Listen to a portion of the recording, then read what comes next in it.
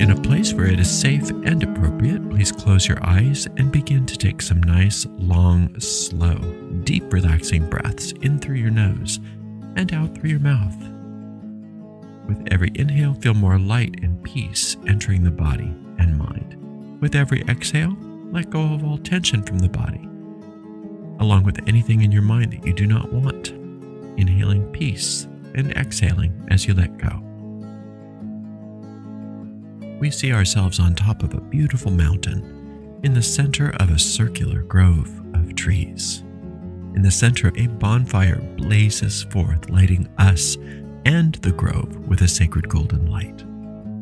This is the light of perfect love and perfect trust, and it easily and efficiently burns away everything unlike itself, leaving us safe and serene. Into our sacred space, we invoke the presence of our Creator. To many of us, our Creator reveals themselves to be a mother and father, a goddess and God. Into this space, we also call upon our angels, our guides, our teachers. We ask that we be guided as we walk upon the way, becoming happier, more peaceful, more magical, wiser, and more loving people. Blessed be. We've been discussing the Kabbalah in the Kabbalah course. We start out with discussing the three veils of negative existence. Those are Ein, Ein Sof, and Ein Sof Ar. Ein means nothingness or emptiness. Ein Sof means limitlessness. And Ein Sof Ar means limitless light. The first veil is symbolized by a 0. The second veil is symbolized by 2 zeros, and the third veil is symbolized by 3 zeros. Frequently, people think that the tree represents something outside of themselves, and that Ein Sof Ar are the limitlessness that is far away from them. But it could be stated that every time we manifest anything, we manifest it through another tree, a tree of existence that comes about. And that we are our own tree as well. All of our manifestations are their own trees. We are a tree. There's trees everywhere. And those trees can grow all kinds of different ways. In our world, trees grow from the ground up. But in the world of the Kabbalah, the tree emanates from nothingness down. Since we each are our own tree, in addition to being part of a universal tree, we each have our own version of Ein Sof, and Ein Sof Ar, our own veils of negative existence. When I think about that first veil of negative existence, I call that for myself the void, the emptiness. Rather than thinking about that veil of negative existence as something that's so far beyond us, we can think of it as being the thing that's closest to us. Whatever it is that we need is available through that void, that emptiness. And if you think about it practically, it makes a lot of sense. Thoughts in our mind are projected onto the screen of space as form and function, as experiences or items. We are constantly interacting in the physical world with physical representations of ideas and thoughts. Frequently, we are taught to visualize something or project something onto the screen of space intentionally. That is a way to work magic. When you come from the point of view that you don't always know what's going to make you happy, or it could be stated you rarely know as a limited being what's going to make you happy and what's good for you, then the idea of intentionally projecting images onto the screen of space doesn't sound like it's always the best method of operation when you're trying to create a reality that brings you happiness. Because if you already knew what would make you happy, you'd probably be doing it. Frequently we think, well, I know what's going to make me happy, And then we go after that thing and we get that thing, and we either get it and we realize it wasn't what we thought it was, or we get it and it's exactly like what we thought it was, but we realize that we're bringing our unhappiness with us, and that the thing itself has no power to make us happy or unhappy.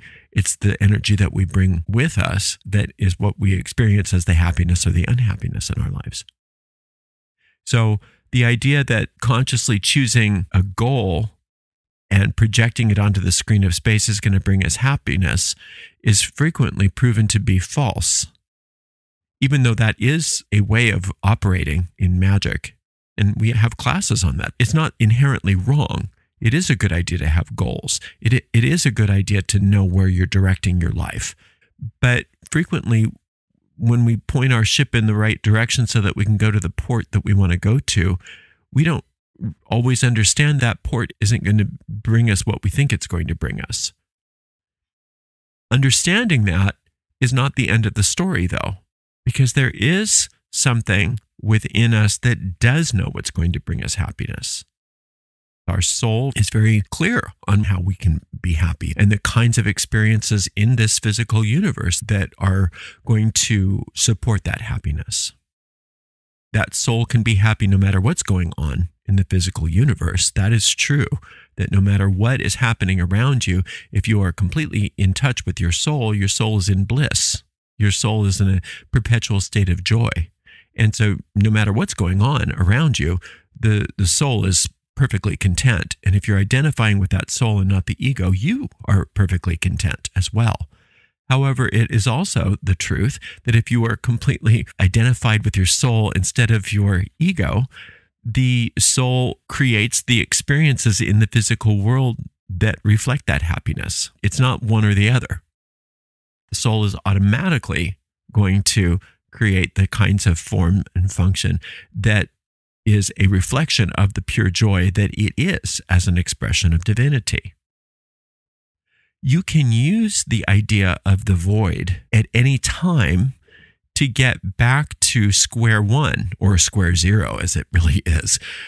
Get back to that void to neutralize whatever the manifestations are in your life, to neutralize the process of manifestation that is currently in effect. No matter what's going on, you are in the process of manifesting your experience on some level or another. It's just machinery. People think, well, if only I could learn magic and then I'd be able to manifest. You're doing it now. We all are. That's what we are. We're manifesting machines. We're created to manifest. We can't help but manifest. Problem is, we are manifesting in ways that are very unconscious, automatic, and informed by data that are incorrect. We talk about this a lot in the Witchcraft Beyond the Basics course. You can identify these thought forms that are automatic manifesting machines in your life. And when you identify those thought forms, you can disable them so that you don't constantly have the same negative manifestations going over and over again. And then you can install new manifestation machines. But like we were saying, our conscious mind just chooses another thing that won't make us happy. It's just choosing from a smorgasbord of things that are there to distract us. We frequently refer to that as rearranging the chairs on the deck of the Titanic. So just because you're choosing a new thing on the smorgasbord, the whole smorgasbord is not good for you. That void is a way to neutralize all of that. You can go into the void at any time to neutralize the manifestation process and start again. And when you manifest from that void, you give your soul free rein to manifest as it will, because you're no longer projecting your own ideas onto the screen of space. You're allowing the soul to do that instead. You're giving your conscious mind the day off when you go into the void. And if your conscious mind is not functioning, at least for a moment, then your soul's mind can take over because it's unimpeded. In our consciousness, we have this pesky thing called free will. And we can literally do anything we want with our minds. And if we don't shut down that manifestation process, we'll continue to do it forever. Our soul is not going to be able to come in and just say, stop it. The soul is under the direction of our minds while we're here. So it's really got to be up to us to willingly let go of the reins, at least temporarily, in order to find that point of zero, that nothing, that emptiness. It sounds really difficult when you hear about it like that. It sounds like, wow, that's really advanced. Going into the void. I don't know how to do that. But that's not true. All you need to do is intend it. When you're going through something and you don't like the way things are going for you, rather than saying, well, let me figure this out.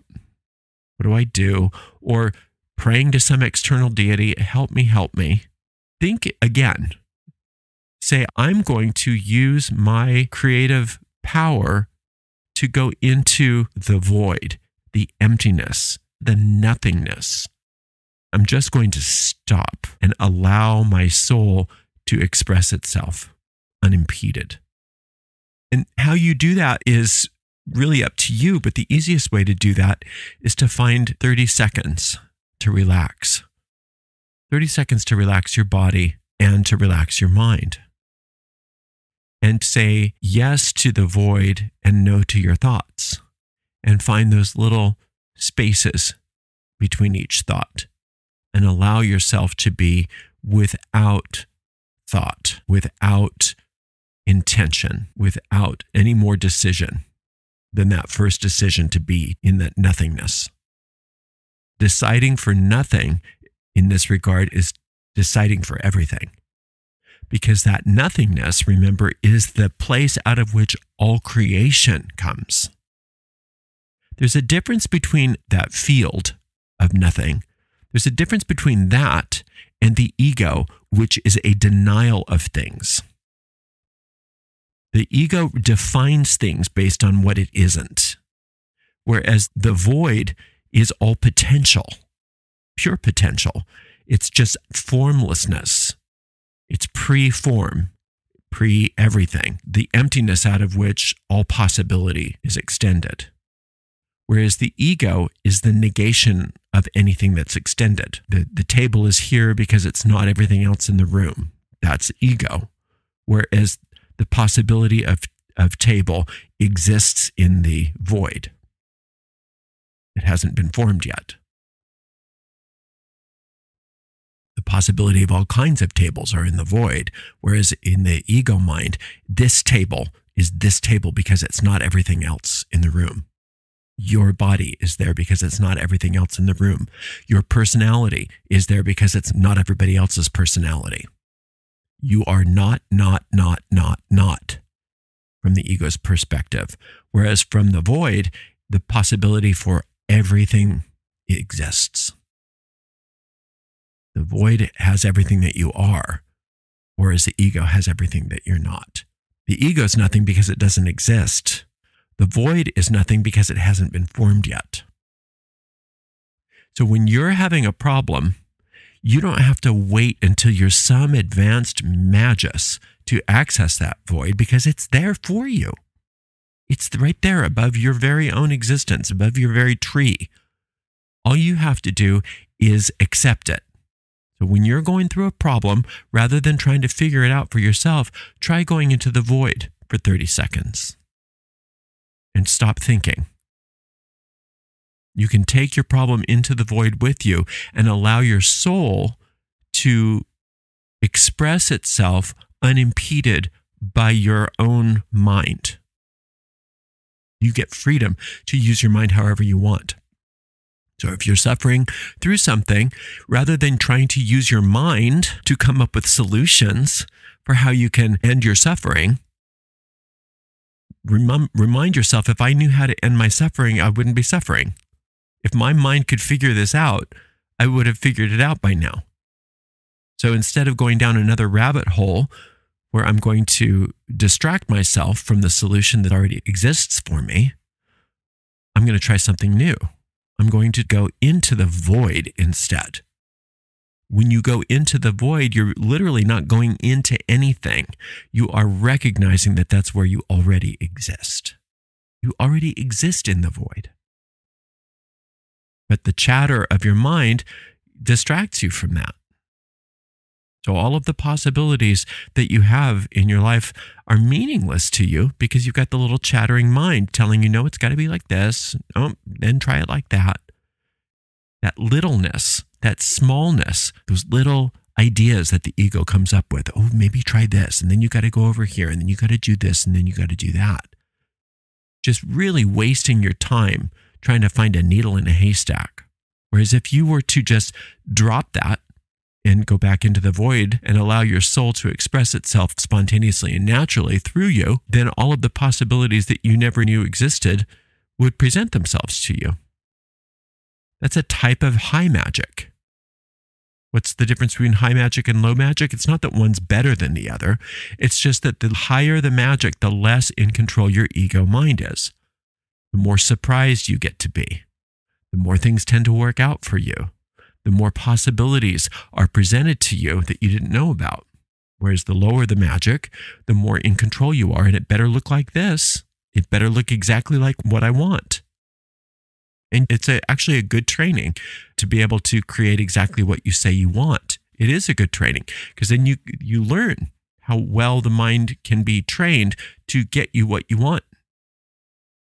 But then you've also got to be honest with yourself that now that I got what I want, I don't think I want it anymore because I don't think I know what I want. That's the kind of training that takes you into the level of an adept. All of this magical training that I've had, and I can create all kinds of amazing experiences for myself because of it. And none of them make me happy because I don't know what I want. I don't know what's going to make me happy. All I know how to do is rearrange that furniture on a sinking ship, which is what the ego is. The ego is destined to take you into places which are meaningless. The kingdom of meaninglessness is where the ego reigns. A wonderful use of our minds is to suspend the mind. It's to go into the void and say, I don't know what anything means. I don't know what will make me happy. I don't know anything, but I want to learn. I want to be shown. And then your job is to learn how to suspend thinking and to be aware of when your mind starts churning and to learn how to drop that churning, to learn how to drop that thinking and allow a higher thought process to think through you instead. A lot of times people think when that happens that they're giving themselves over to something else. In reality, what you're doing is you're finding yourself and you're giving up the falseness of yourself.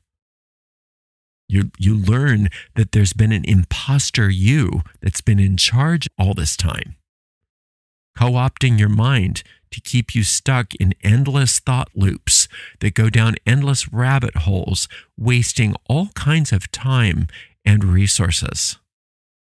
Making sure that you never get happy, making sure that you're always trying to solve problems that seem unsolvable, making sure that you're always at least a little bit miserable, if not very miserable, so that you can find another way to maybe escape this misery and then escape that misery.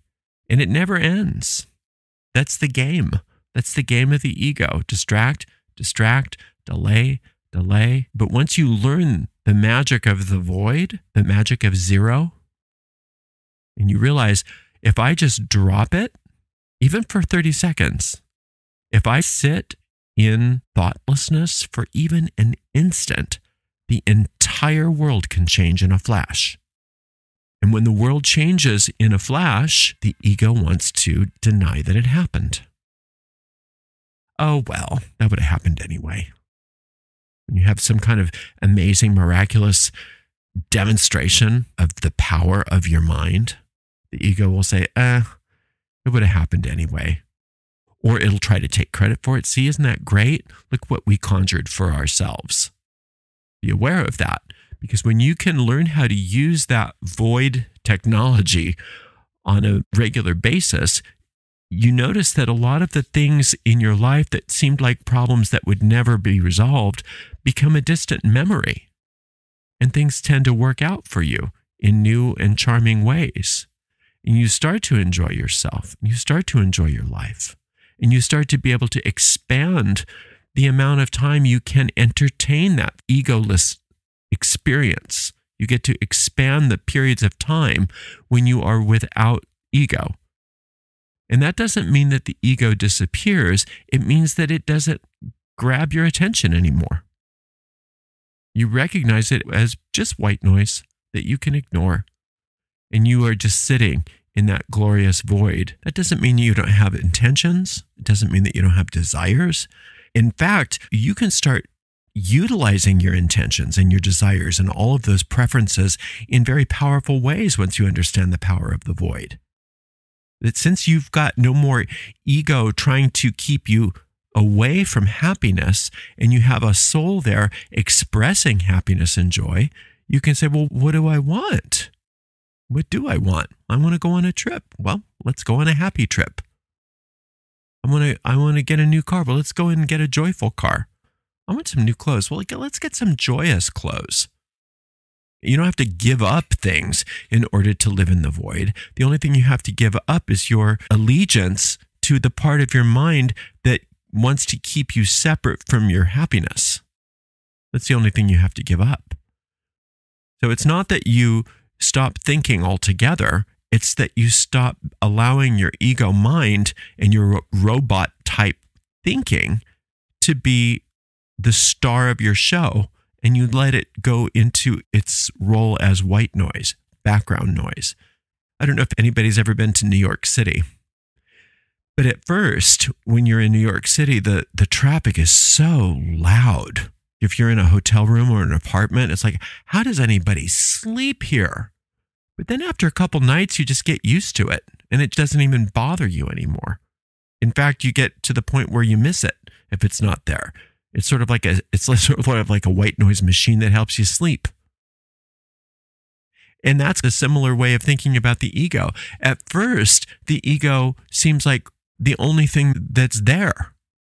You can't think of anything else but it. You're always reacting to it. You're always doing its bidding. You're always going down the rabbit holes. You're always listening to the ego, and the ego convinces you to go here, and you go there, and it's a disaster. And then what does the ego say? Why'd you do that? What's wrong with you? Why did you create that reality for yourself? And so then the ego says, but I've got an idea. Let's go here. And then you go there. And then it's another disaster. And the ego says, why'd you do that? And this is your life. From one disaster to the next, to the next, to the next, feeling bad about yourself. Why did I do that? And in the midst of all of that, the ego throws you a bone here, throws you a bone there. That way you're not as prone to possibly give up the ego, because it's always got a good bone to throw you or a good carrot to dangle to keep you going for lifetime after lifetime after lifetime. And that's not the soul's will for you. That's not the Creator's will for us. And so when we learn that if we don't listen to that voice anymore, that we drop it, we go into that void, then we can start listening to a different voice altogether, because that voice is the voice of peace.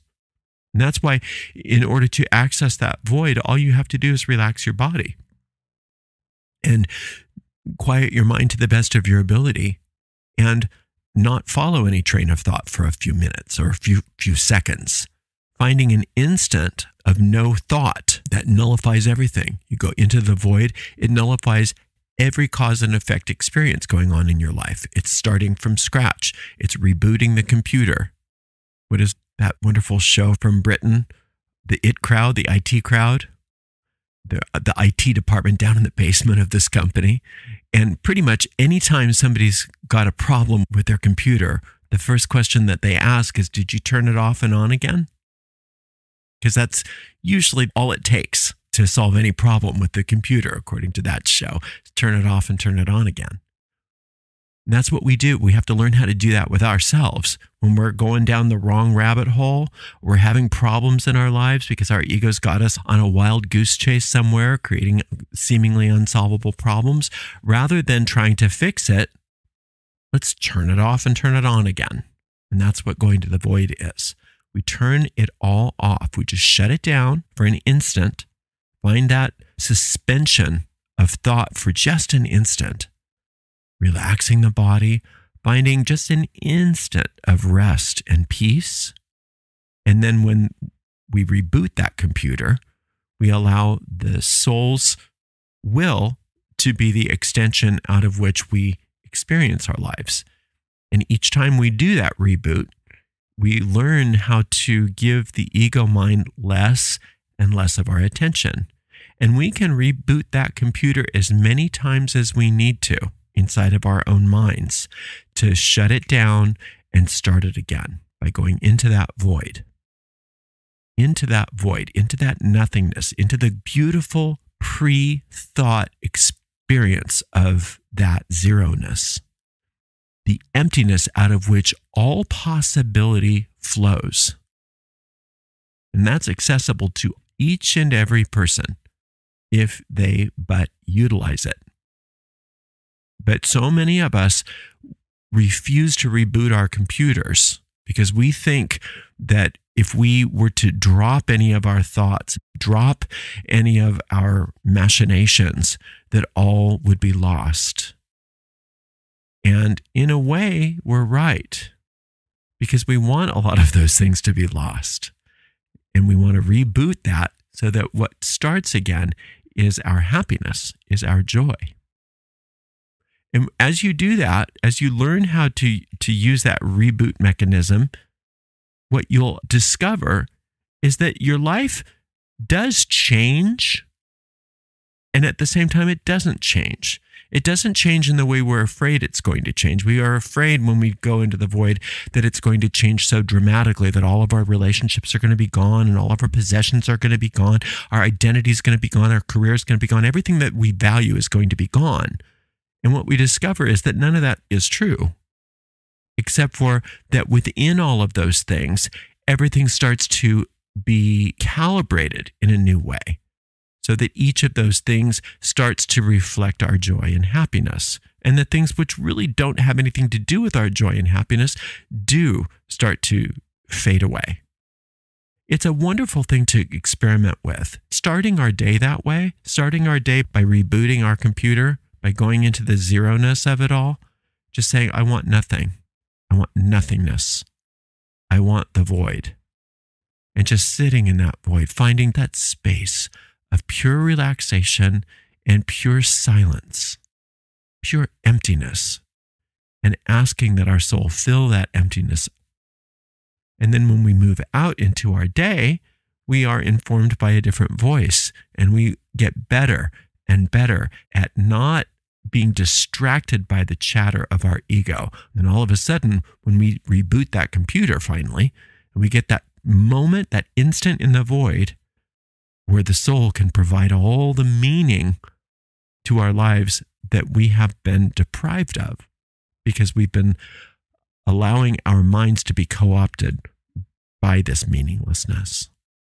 So I invite you to try that, and try that at least once a day, if not more frequently than not, is say, I need a reboot, and I'm going to shut down my computer. I'm going to shut this down. I'm going to turn it off and on again. I'm going to go into that void. I'm going to find that peace. I'm going to find that silence, and I'm going to let my soul move through the void.